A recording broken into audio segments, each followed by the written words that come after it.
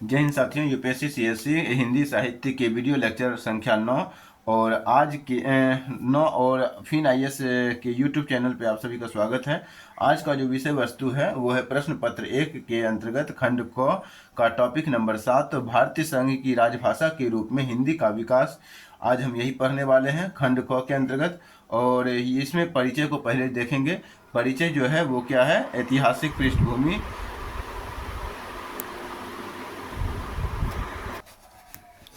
उसके बाद है संविधान में राजभाषा का प्रभाव। ऐतिहासिक पृष्ठभूमि के बाद है संविधान में राजभाषा का प्रभाव, राजभाषा के विकास के प्रयास। उसके बाद ये जो हम देखेंगे पॉइंट, हिंदी के विकास की वर्तमान स्थिति को देखेंगे और निष्कर्ष को दे करके हम ये टॉपिक कंप्लीट कर लेंगे। लेकिन इस टॉपिक को पढ़ने से पहले हम क्या देख रहे हैं, तो विवेकानंद से संबंधित विचार को देख लेते हैं। विवेकानंद से संबंधित विचार क्या है, तो ब्रह्मांड की सारी शक्तियाँ पहले से ही हमारी हैं, वो हम ही हैं जो अपनी आँखों पर पट्टी रख लेते हैं और फिर रोते हैं कि कितना अंधकार है और कितना अंधकार है। तो इस प्रकार के जो पंक्ति हैं आप यूज कर सकते हैं निबंध के अंतर्गत। निबंध जो 250 मार्क्स का आता है, आप जहाँ पे ज़रूरत देखते हैं पंक्ति की तो वहाँ पे आप कोट कर सकते हैं, आपका आंसर जो होता है प्रभावी बन जाता है। तो इसको आप स्क्रीनशॉट के रूप में रख लेंगे, अपना स्टेटस जो होगा वो लगा सकते हैं। हमारे यूट्यूब चैनल पे फिन आईएएस अकेडमी पे पूरा बैच जो है वो हिंदी साहित्य का पूरा बैच फ्री है, और इसके साथ साथ सिर्फ हिंदी साहित्य का पूरा बैच फ्री नहीं है, तो फर्स्ट बैच ही पूरा फ्री है। जो हिंदी साहित्य से अपना तैयारी को जारी रखना चाहते हैं तो वो पूरी तरीके से यहाँ पे कोर्स कंप्लीट कर सकते हैं। हमारा जो टारगेट है वो 18 महीने का टारगेट है, लेकिन हमें जो है 2027 वाले प्रीलिम्स वाले तक फॉलो कर सकते हैं। जो 2028 यानी कि 2027 में हिंदी साहित्य को कंप्लीट करना चाहते हैं तो 2027 तक के लिए ये हमारा कंप्लीट हो जाएगा। जनवरी 2027 में ही हमारा हिंदी साहित्य का 350 घंटे का जो टारगेट है, 350 घंटे का लगभग, ये कंप्लीट हो जाएगा। उसके बाद PYQ को भी हम करवाएंगे इसके बाद, यानी कि इसको कंप्लीट करने के बाद। हाँ, इसके साथ साथ आप यूनिवर्सिटी में आप क्या कर रहे हैं, तो हिंदी साहित्य से ऑनर्स कर रहे हैं या PG कर रहे हैं या फिर कोई PhD भी करता है लास्ट चल के, तो और मतलब आगे चल के, तो उसको भी आप यह वीडियो शेयर कर सकते हैं, वो भी इस वीडियो से अपना लाभ उठा सकते हैं। और चलिए हम बिना कोई बात किए अब हम स्टार्ट करते हैं फटाफट।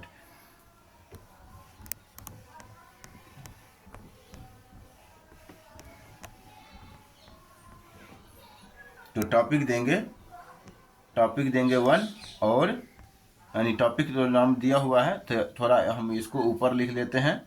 इस टॉपिक को आप लिख चुके होंगे तो आपको ये दोबारा नहीं लिखना होगा, ठीक है। टॉपिक नहीं लिखना होगा, जब हम पॉइंट बताएंगे उसको लिखना है, ठीक है। जो हम बोलेंगे लिखने के लिए उसी को लिखना है। अगर कॉपी में नहीं लिखे होंगे तो, अगर लिख लिए होंगे तब तो नहीं लिखे होंगे तब तो फिर लिखने का कोई उपाय ढूंढेंगे, ठीक है। बिना लिखे कुछ नहीं होता है, ठीक है। बकवास करने से हमारा समय ही बर्बाद होता है और हमारा ज़िंदगी सफल नहीं होता है। तो यहाँ पे टॉपिक लिखेंगे 7वां नंबर। ये अगर लिख लिए होंगे तो ठीक है, नहीं लिखे होंगे तब लिखेंगे, ठीक है। तो इसके अंतर्गत पहले हम हेडिंग दे देते हैं भारतीय भारतीय संघ की राजभाषा के रूप में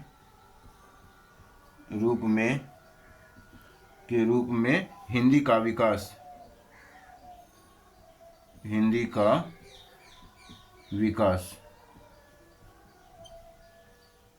टॉपिक क्या है, भारतीय संघ की राजभाषा के रूप में हिंदी का विकास।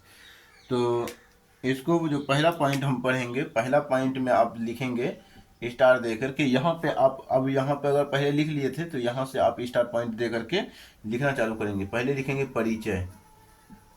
परिचय लिख करके यहाँ पे प्रमुख बिंदु लिखेंगे कि भारत जैसे बहुभाषी देश में, यानी कि भारत में कई भाषाएं जो है बोली जाती हैं। तो यहाँ पे लिखेंगे भारत भारत जैसे बहुभाषी देश में बहुभाषी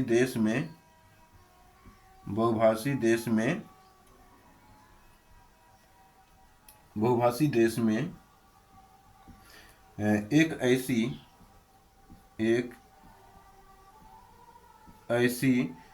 एक ऐसी भाषा की आवश्यकता थी। एक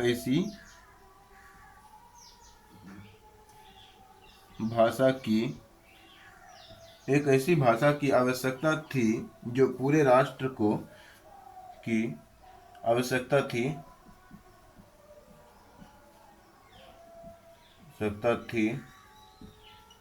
जो पूरे राष्ट्र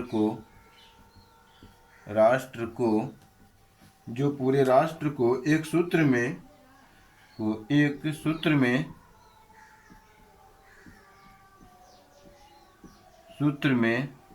पूरे राष्ट्र को एक सूत्र में बांध देती, यानी कि बांध सके, एक सूत्र में बांध सके। ठीक है। और फिर यहाँ पे लिखेंगे स्वतंत्रता के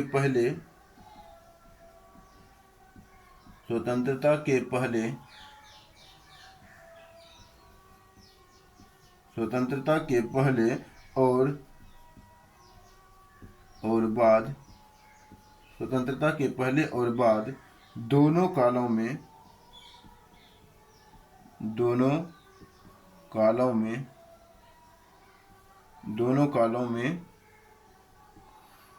हिंदी, यानी कि हिंदी ने दोनों कालों में हिंदी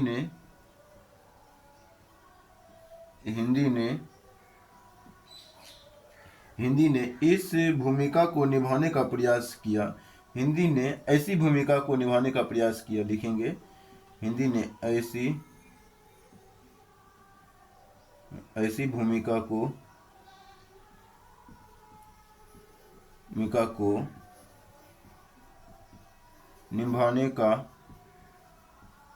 निभाने का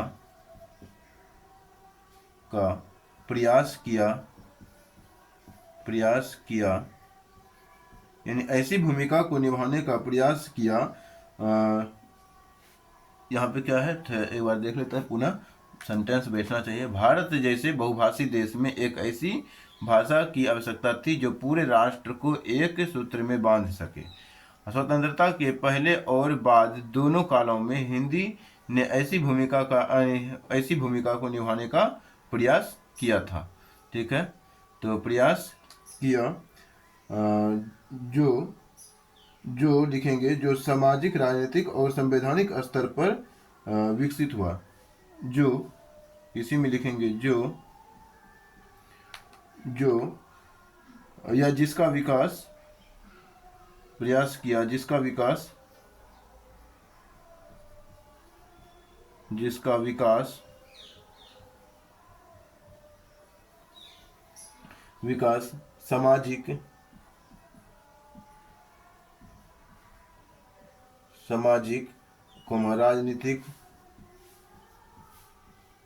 सामाजिक, राजनीतिक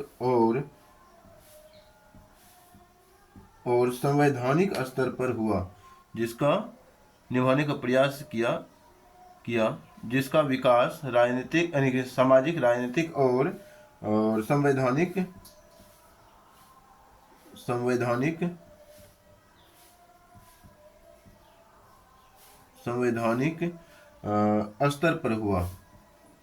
स्तर पर हुआ। ठीक है। तो ये पॉइंट आपका परिचय में आ गया। तो परिचय में आपने क्या देखा कि भारत जैसे बहुभाषी देश में एक ऐसी भाषा की आवश्यकता महसूस हुई थी जो पूरे राष्ट्र को एक सूत्र में बांध सके। फिर इसमें आप लिखेंगे कि स्वतंत्रता के पहले और बाद दोनों कालों में हिंदी ने ऐसी भूमिका को निभाने का प्रयास किया जिसका विकास सामाजिक, राजनीतिक और संवैधानिक स्तर पर हुआ। ठीक है। आगे के पॉइंट में आप लिखेंगे ऐतिहासिक पृष्ठभूमि। इसी में पॉइंट देंगे, स्टार पॉइंट दे करके लिखेंगे ऐतिहासिक पृष्ठभूमि। ऐतिहासिक पृष्ठभूमि, ऐतिहासिक पृष्ठभूमि। ठीक है, इसके अंतर्गत आपको लिखना है कि ब्रिटिश काल में अंग्रेजी प्रशासनिक भाषा थी। ठीक है, ब्रिटिश काल में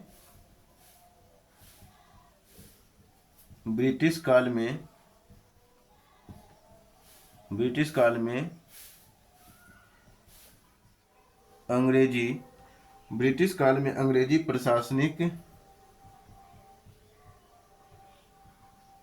प्रशासनिक भाषा थी।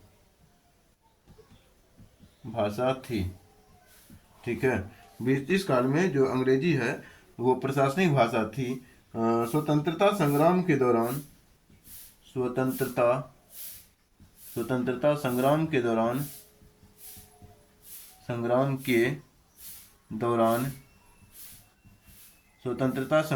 दौरान जब राष्ट्रीय एकता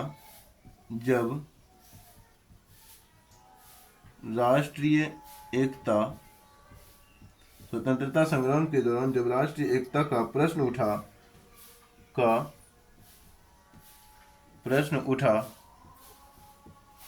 उठा तब नेताओं ने, ठीक है, तब नेताओं ने, यहाँ पे बिंदा लगाएंगे, तब नेताओं ने ऐसी भाषा की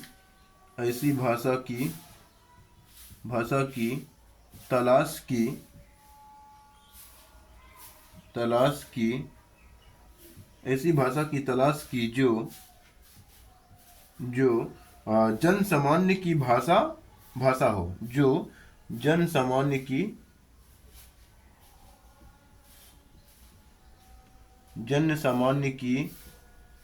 भाषा हो, जन सामान्य की भाषा हो। ठीक है, तो इस स्थिति में आप भी जानते हैं कि हिंदी को छोड़ करके ऐसी कोई भाषा उस समय उपलब्ध नहीं थी जो कि जन सामान्य की भाषा थी। तो यहाँ पे लिखेंगे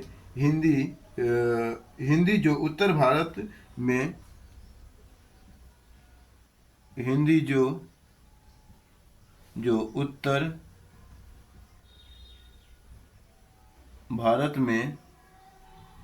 उत्तर भारत में व्यापक रूप से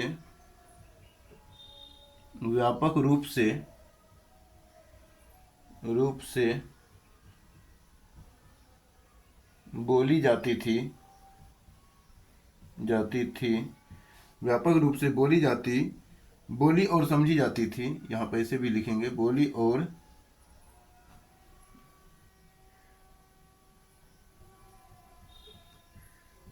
और समझी जाती थी।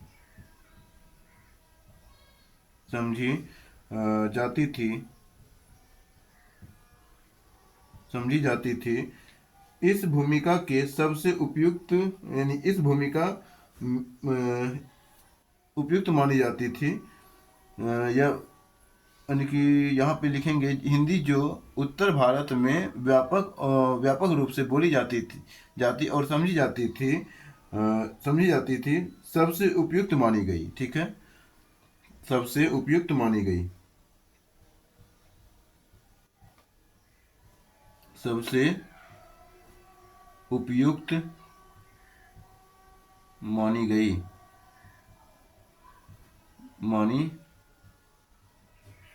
ठीक है, पूर्ण विराम देकर के यहाँ पे आप इसको पंक्ति को समाप्त कर देंगे।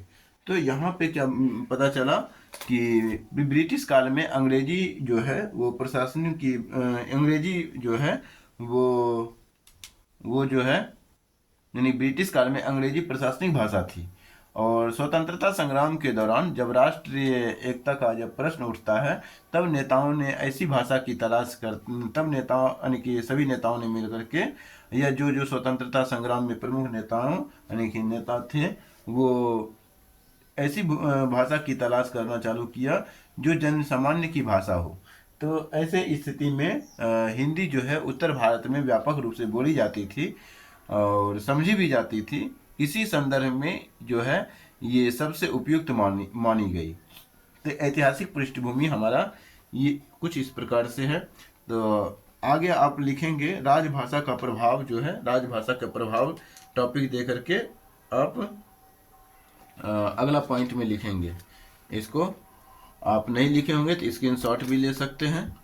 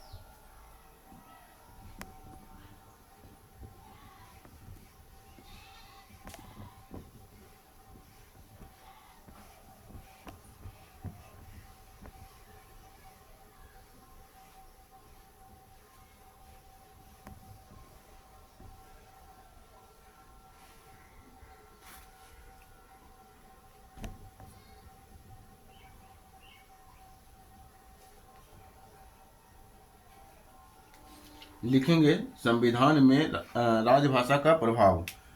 अगला पॉइंट यहाँ पे स्टार दे के लिखेंगे संविधान में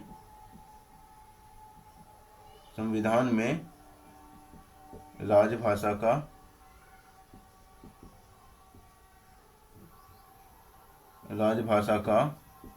प्रभाव।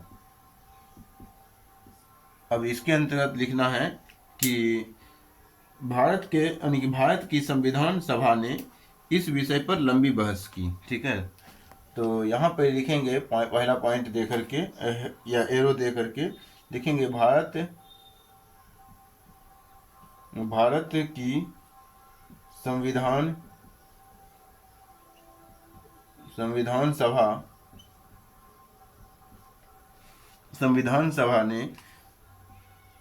सभा ने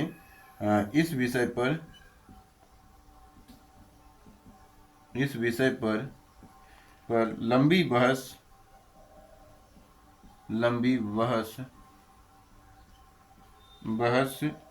या फिर भारत की संविधान सभा में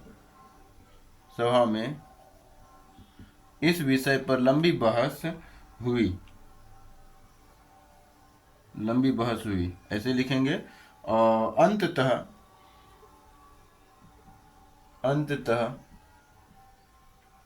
अंततः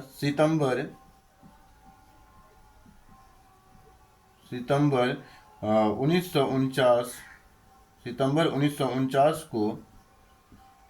1949 को संविधान, अब इस विषय का मतलब हिंदी यानी कि संविधान के जो राजभाषा है वो कौन सी भाषा होगा, इस विषय का मतलब क्या हुआ, इस विषय का मतलब हुआ कि संविधान की राजभाषा कौन सा होगा इस विषय पर। इस विषय का मतलब हो गया संविधान की राजभाषा कौन सा, संविधान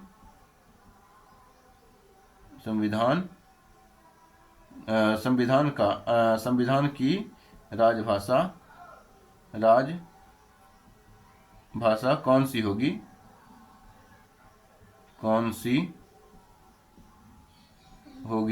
ठीक है, तो इस विषय पर ही लंबी बहस होता है, यानी कि लंबी बहस होती है और अंततः निष्कर्ष निकल के आता है। मतलब अंततः सितंबर 1949 को संविधान सभा ने लिखेंगे संविधान सभा ने हिंदी ये किस में होना चाहिए, देवनागरी लिपि में होना चाहिए, देवनागरी लिपि में। ठीक है, देवनागरी लिपि में जो लिखी जाती है को लिखेंगे यानी कि भारतीय संघ की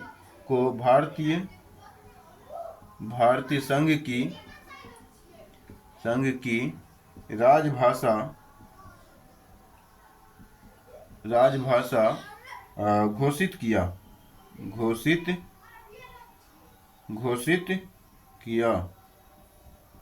ठीक है, तो ये पॉइंट हो गया। अगला पॉइंट में लिखेंगे कि संविधान में अनुच्छेद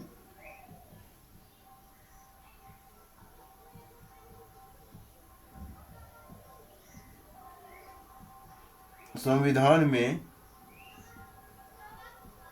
अनुच्छेद संविधान में अनुच्छेद 343 से 351 तक 343 से 351 तक राजभाषा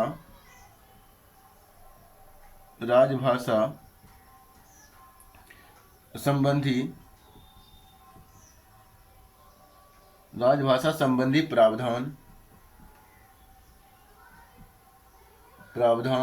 राजभाषा संबंधी प्रावधान दिए गए हैं।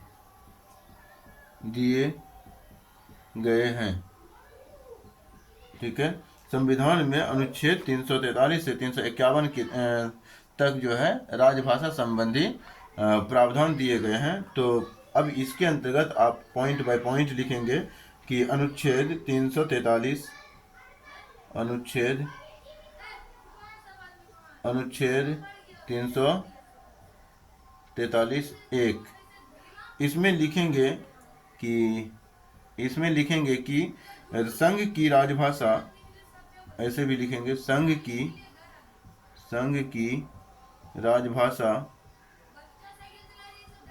राजभाषा हिंदी होगी। संघ की राजभाषा हिंदी होगी और उसकी लिपि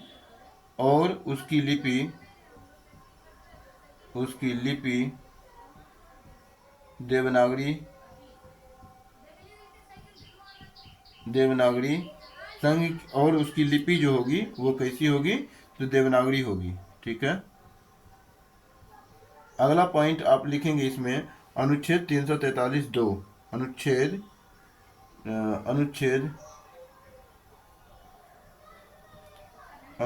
343 2 इसमें आप लिखेंगे कि अंग्रेजी भाषा को प्रारंभिक 15 वर्षों तक सहायक भाषा के रूप में प्रयोग किया जाएगा।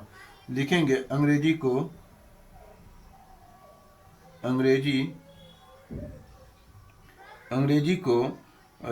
भाषा को प्रारंभिक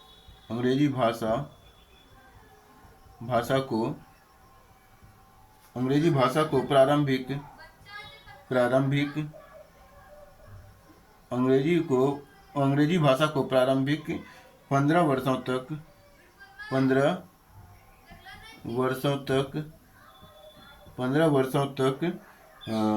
15 वर्षों तक लिखेंगे सहायक भाषा 15 वर्षों तक सहायक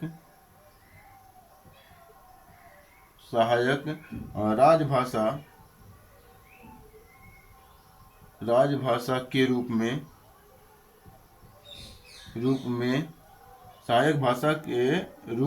सहायक राजभाषा के रूप में प्रयोग किया जाएगा।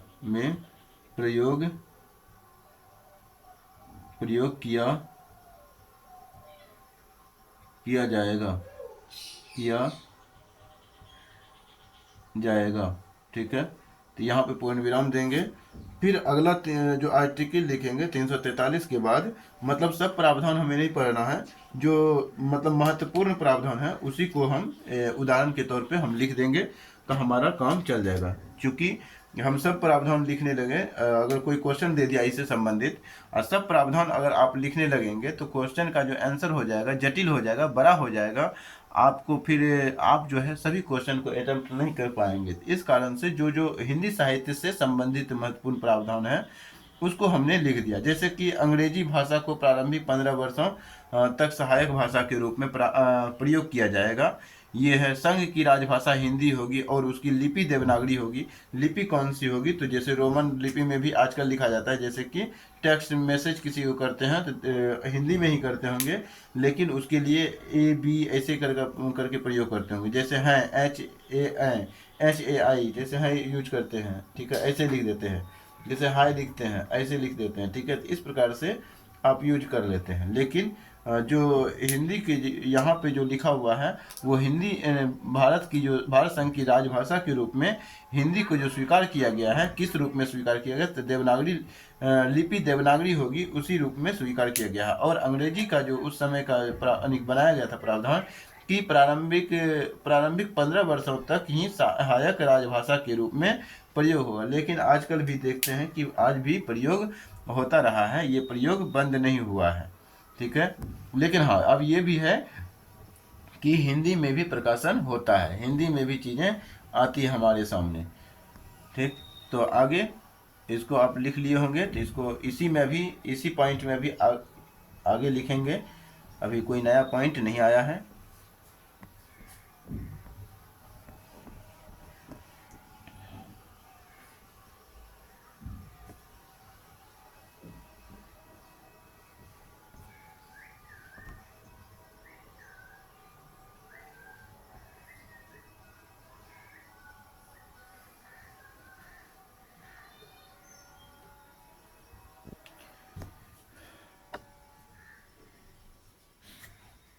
लिखेंगे अगला पॉइंट कि अनुच्छेद 351 अनुच्छेद 351 में लिखेंगे कि हिंदी के यानी कि प्रसार और विकास का निर्देश दिया गया है, ठीक है। तो हिंदी के मतलब अनुच्छेद 351 में जो है हिंदी के प्रचार या प्रसार, हिंदी के प्रसार और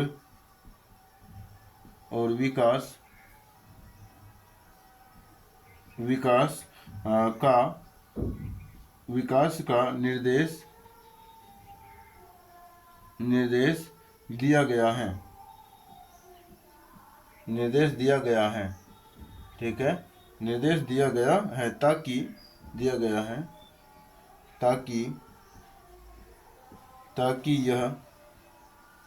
यह भारत की सभी भाषाओं के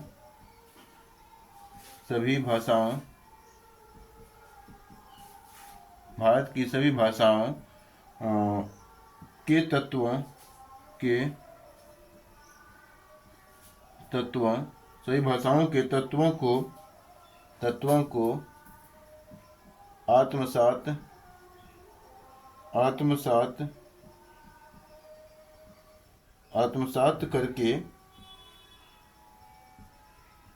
आत्मसात करके अधिक समृद्ध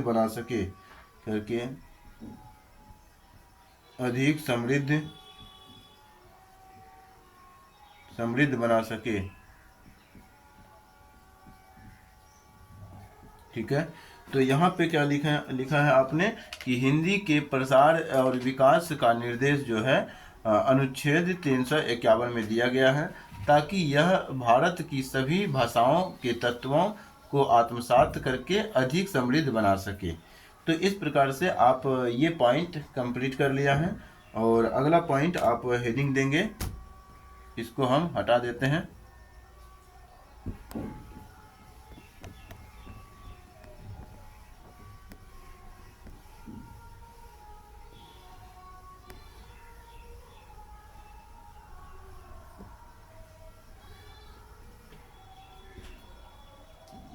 पॉइंट देंगे राजभाषा के विकास के प्रयास, राजभाषा के विकास के प्रयास। इसमें आप पॉइंट बाय पॉइंट कुछ लिखेंगे थोड़ा सा, और ये थोड़ा लंबा पॉइंट भी बन सकता है। और इसके बाद जो है हमारा जो टॉपिक हो जाएगा वो निष्कर्ष से ही संबंधित हो जाएगा, ठीक है। तो पहला पॉइंट हमने परिचय को देख लिया है, ऐतिहासिक पृष्ठभूमि को भी देख लिया, संविधान में राजभाषा के प्रभाव को देखा, ठीक है। संविधान में राजभाषा के प्रभाव को देखा, और उसके बाद हिंदी के विकास की वर्तमान स्थिति को देखेंगे थोड़ा सा। और पहले तो राजभाषा के विकास के प्रयास को देखेंगे, और हिंदी के मतलब उसी में आ जाएगा दोनों टॉपिक इसी में जुड़ जाएगा, ठीक है। तो इसी में आप लिख लेंगे एवं प्रसार एवं विकास की वर्तमान स्थिति, एवं विकास की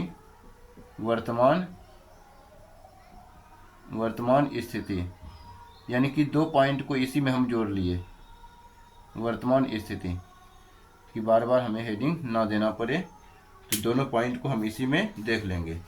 तो लिखेंगे 1950 के बाद, यह वही हुआ ना, राजभाषा के विकास के प्रयास अर्थात वर्तमान स्थिति, ठीक है। तो यहाँ पे पहला पॉइंट लिखेंगे कि 1950 के बाद केंद्र सरकार ने 1950 ईस्वी के बाद सरकार ने या केंद्र सरकार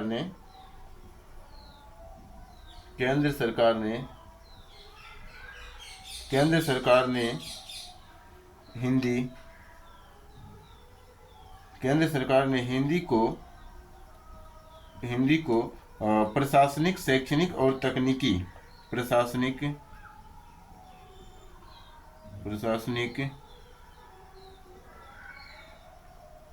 शैक्षणिक या शैक्षिक, प्रशासनिक, शैक्षिक और तकनीकी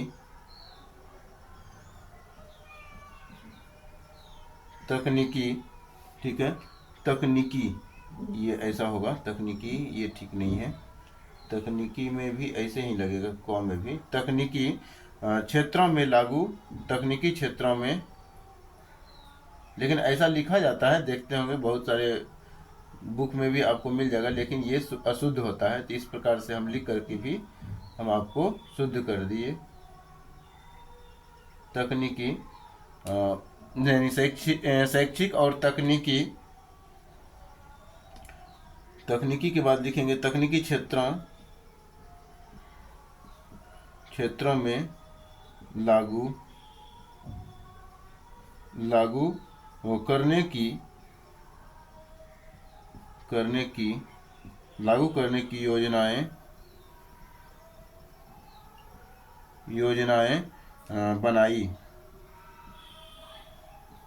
बनाई। उसके बाद आगे आप लिखेंगे 1963 ईस्वी में, 1963 ईस्वी में राजभाषा अधिनियम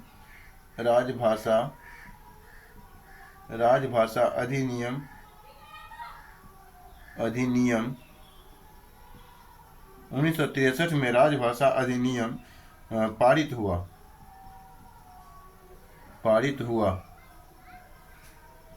राजभाषा अधिनियम पारित हुआ, जिससे अंग्रेजों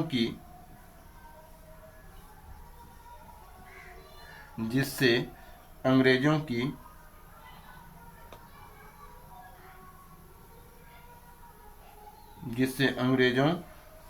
या अंग्रेजी के समानांतर, लिखेंगे, अंग्रेजों के सामने नहीं,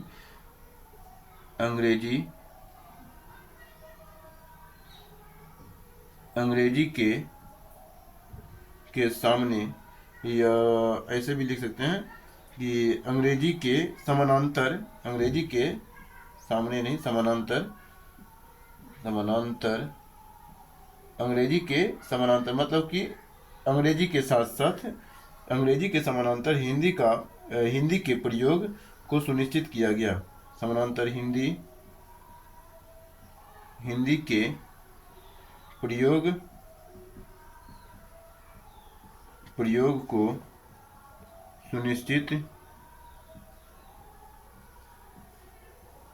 सुनिश्चित किया गया।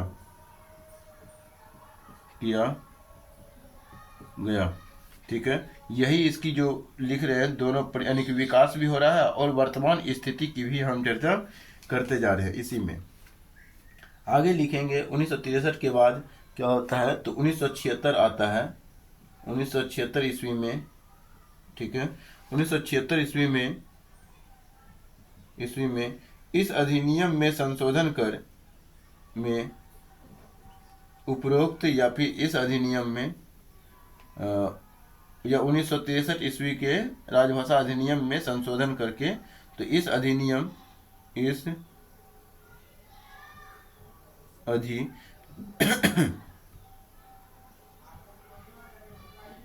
इस अधिनियम में संशोधन करके,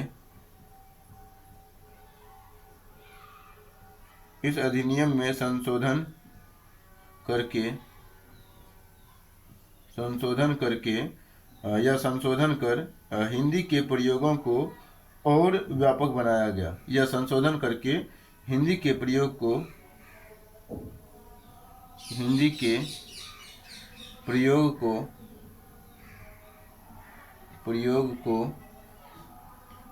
प्रयोग को और व्यापकता प्रदान की गई।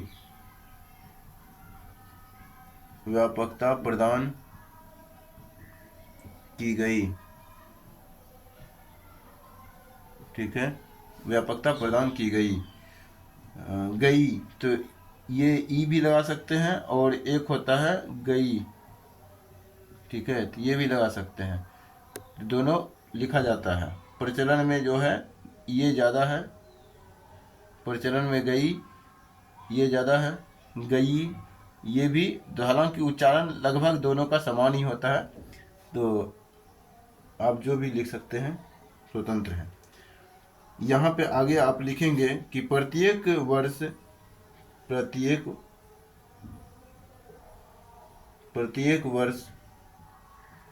14 सितंबर को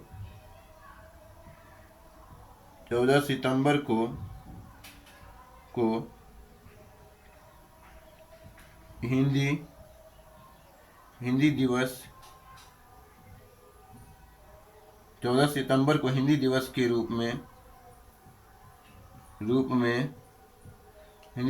रूप में मनाया जाने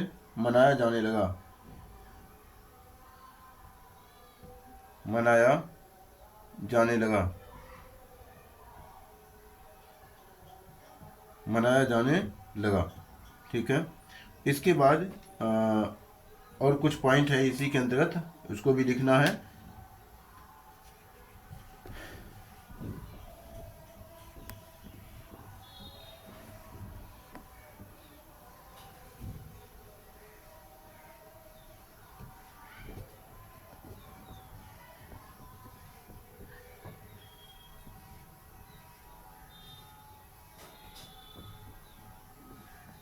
जितना भी क्वेश्चन आएगा खंड क से, ठीक है, अगर आप खंड क को पढ़ लेते हैं पूरा, उसके बाद आप खुद जो है स्वयं आप आकलन करेंगे कि जो प्रश्न पूछा गया है वो हमसे बन रहा है कि नहीं बन रहा है।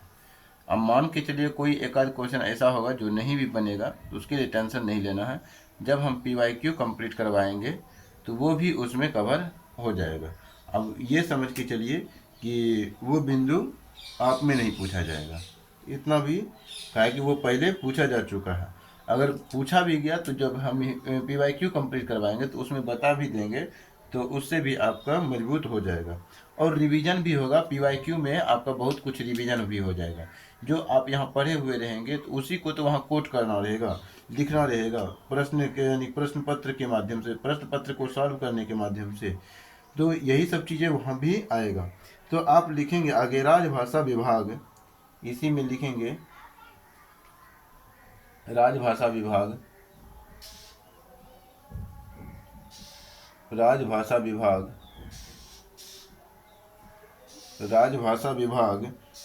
यानी कि ब्रैकेट में देंगे गृह मंत्रालय। ये राजभाषा विभाग जो है गृह मंत्रालय के अंतर्गत आता है, इसीलिए गृह मंत्रालय ब्रैकेट में देकर के लिख देंगे कि हिंदी के प्रचार प्रसार और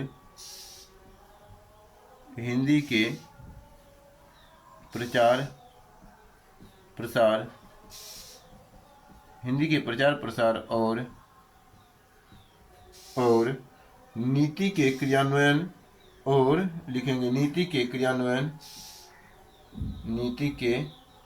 क्रियान्वयन का कार्य करती है। नीति के क्रियान्वयन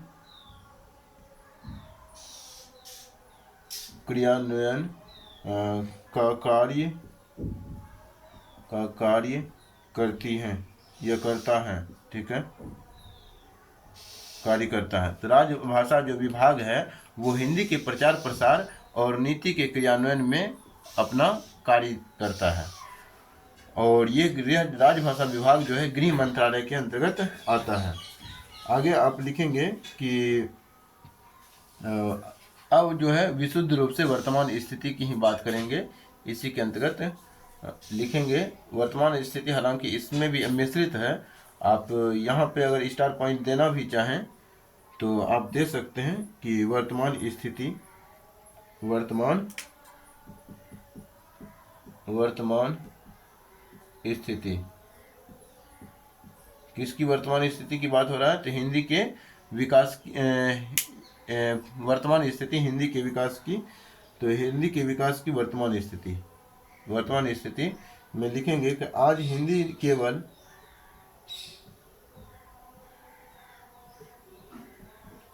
आज हिंदी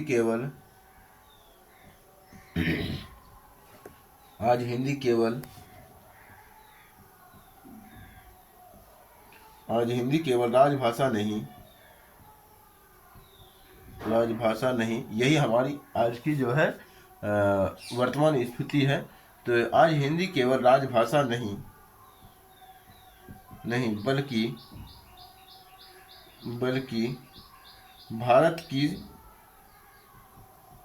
भारत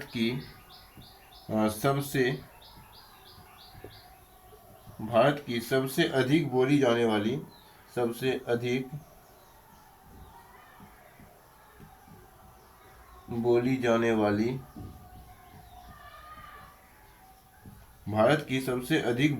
वाली भाषा है। यह प्रशासन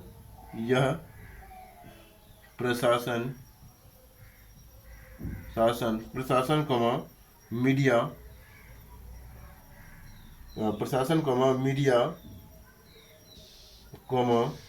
शिक्षा फिल्म और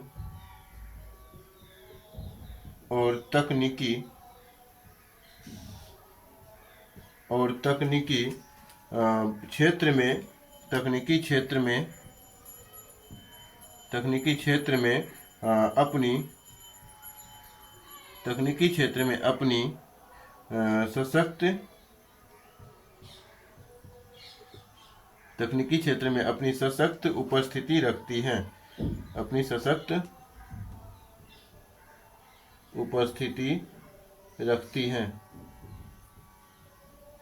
हैं। ठीक है। इंटरनेट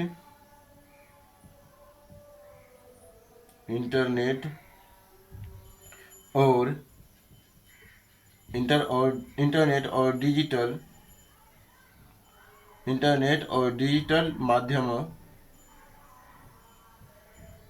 माध्यमों ने इसके प्रसार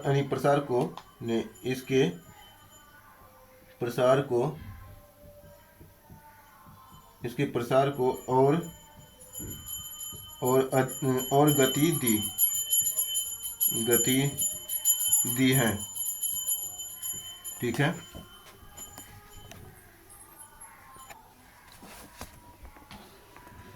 अब जो है इसका निष्कर्ष लिख करके हम क्या करेंगे, समाप्त करेंगे। तो इसको आपने लिखा होगा, हम यही उम्मीद करेंगे कि आप लिखते हुए पढ़ रहे होंगे। जो नहीं लिखते हैं वो कम से कम स्क्रीनशॉट ले करके आप रख भी सकते हैं। तो ये भी पॉइंट हमारा कंप्लीट हो चुका है, मेन पॉइंट। अब हम निष्कर्ष लिख करके इस पॉइंट को थोड़ा सा रिवीजन करेंगे और उसके बाद जो है हम अपने क्लास को समाप्त करेंगे। और देखते हैं अगर एक और पॉइंट रिवीजन करना होगा तो उसको भी कर लेंगे, पीछे कल वाले पॉइंट को या शुरुआत वाले पॉइंट को भी हम रिवीजन कर सकते हैं।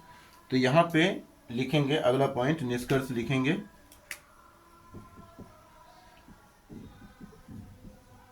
निष्कर्ष निष्कर्ष में आपको लिखना है कि भारतीय संघ की जो राजभाषा, भारतीय संघ की लिखते जाएंगे तभी भाषा बनते जाएगा, नहीं तो फिर बोलेंगे तो फिर बोलने के टाइम पे हमसे नहीं बनता है, क्या कि पहले हम लिखते हैं तब हम बोलते हैं। तो लिखेंगे कि भारतीय संघ, यानी लिखते हुए हम सोचते हैं, ठीक है। तो ऐसा जब मस्तिष्क आपका विकसित हो जाएगा उस दिन आप सफलता के कगार पे रहेंगे। तो लिखेंगे भारतीय संघ की राजभाषा, भारतीय संघ की राजभाषा के रूप में हिंदी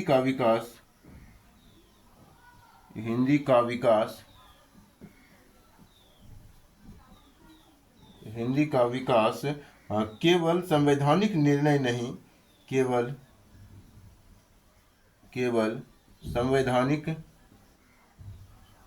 संवैधानिक निर्णय नहीं, केवल संवैधानिक निर्णय नहीं, बल्कि करोड़ों भारतीयों, बल्कि कॉमा दे करके, बल्कि करोड़ों ऐसे लिखेंगे, करोड़ों, ये रो लास्ट में आता है करोड़ों में, तो करोड़ों, बल्कि करोड़ों भारतीयों की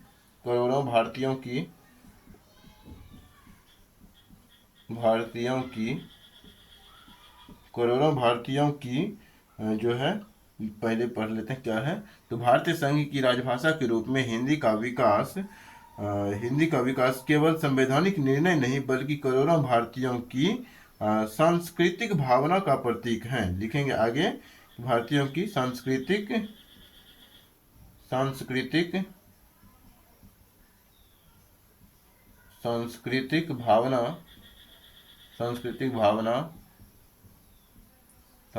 भावना का प्रतीक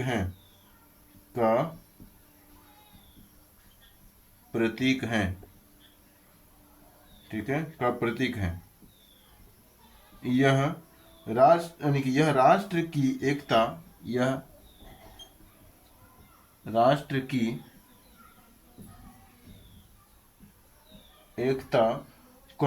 पहचान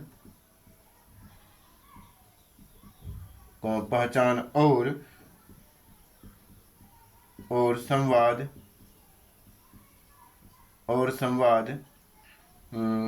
संवाद का माध्यम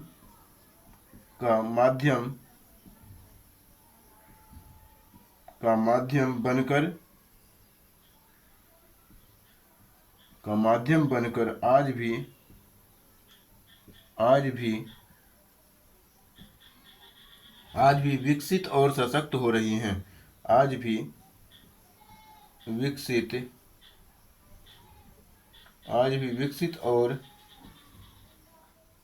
और सशक्त हो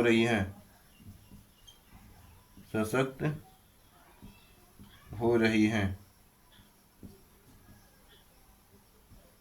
आज भी विकसित और सशक्त हो रही हैं। इस प्रकार से आपने ये निष्कर्ष को देखा। तो अब हम थोड़ा सा क्या कर लेते हैं, जो 7वां पॉइंट आज के लेक्चर में जो हमने पढ़ा उसका पहले हम थोड़ा सा रिवीजन कर लेते हैं।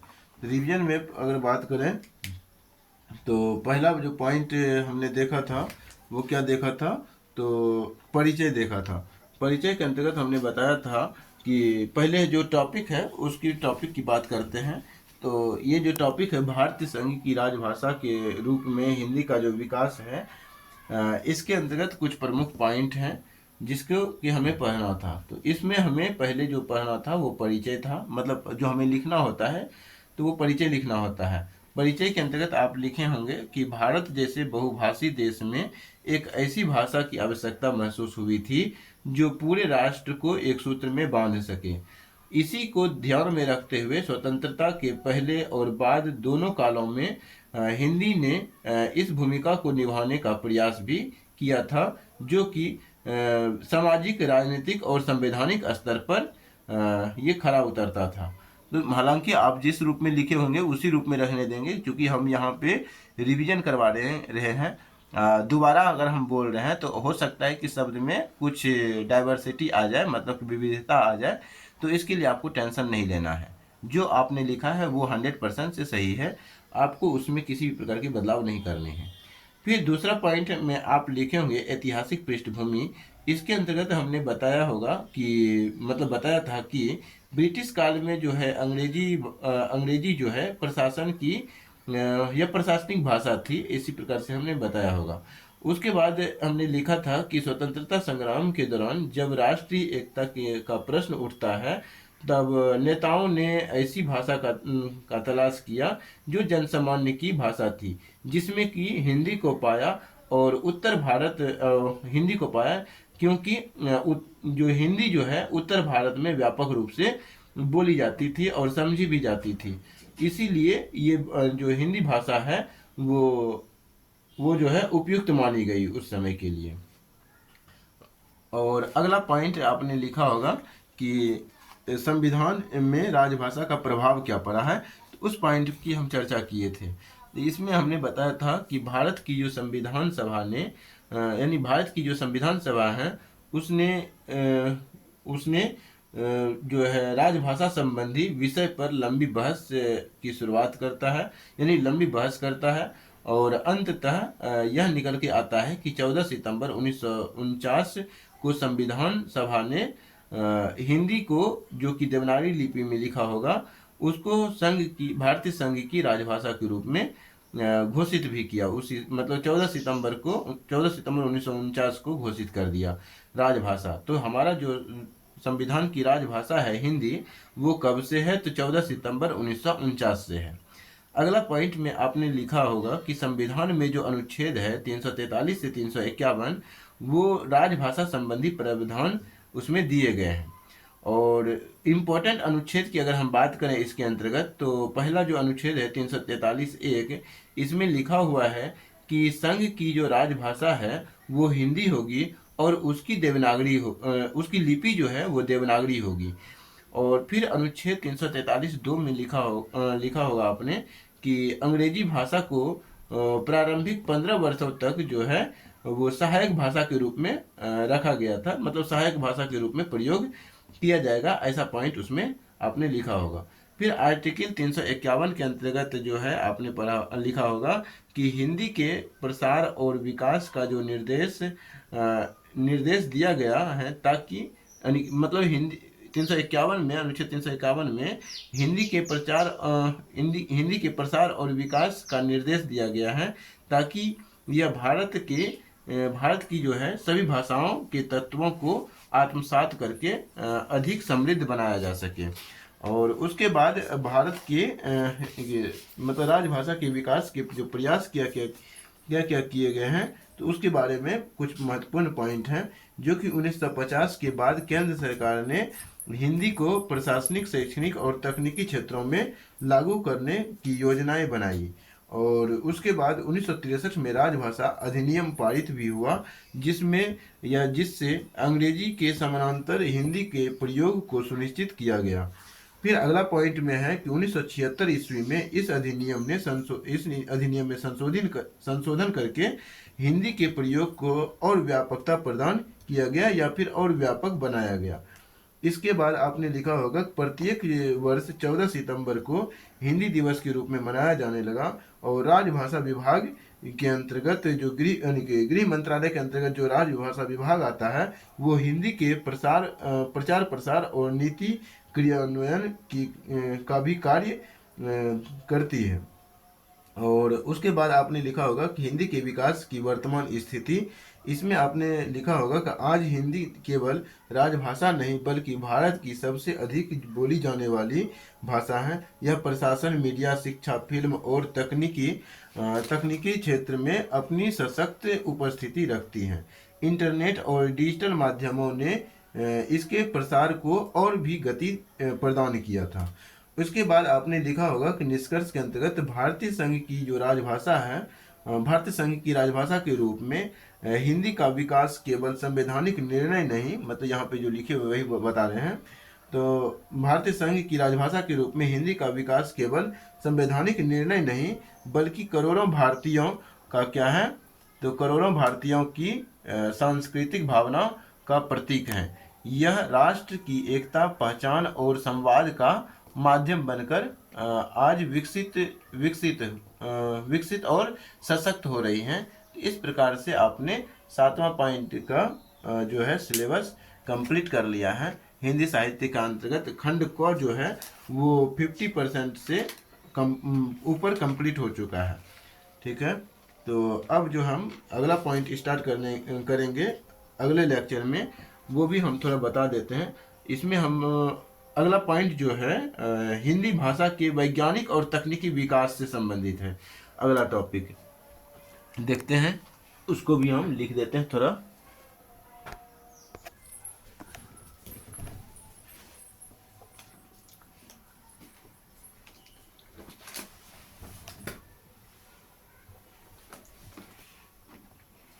तो देखेंगे 8वां पॉइंट को आज हम नहीं देख रहे हैं। 8वां पॉइंट को अगले लेक्चर में ही हम देखेंगे।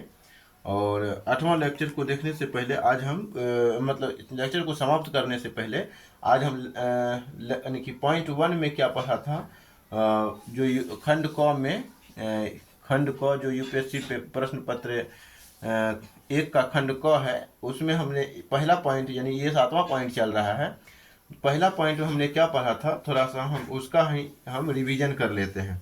तो पहला पॉइंट में आपको पढ़ाया था कि अपभ्रंश,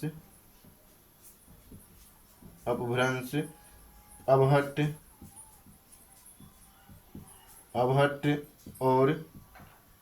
और प्रारंभिक हिंदी का व्याकरणिक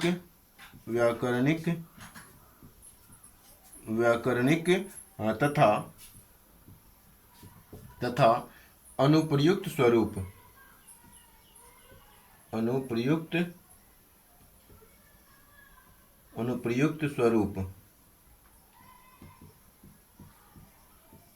पढ़ाया था। ठीक है, तो ये पहला पॉइंट में है, इसका हम थोड़ा सा रिवीजन करेंगे। तो पहला जो है हमने अपभ्रंश को चुना था, मतलब अपभ्रंश को पहले पढ़ा था। अपभ्रंश के हमने ये पढ़ाया था कि 700 से, इसका जो कालक्रम है 700 से 1200 ईस्वी का कालक्रम है। अपभ्रंश जो है प्राकृत का एक विकसित रूप है। ये अपभ्रंश कहाँ से आया, तो प्राकृत से आया, प्राकृत से, यानी प्राकृत का विकसित रूप क्या है, अपभ्रंश है। तो अपभ्रंश में हमने लिखा था कि प्राकृत का एक विकसित रूप है जिसमें संस्कृत के व्याकरणिक नियमों का पालन नहीं किया जाता, यानी कि अपभ्रंश में संस्कृत के व्याकरणिक नियमों का पालन नहीं किया जाता है।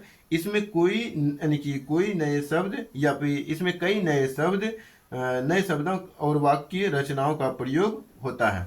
मतलब अपभ्रंश में कई नए शब्दों और वाक्य रचनाओं का जो प्रयोग होता है ये होता है।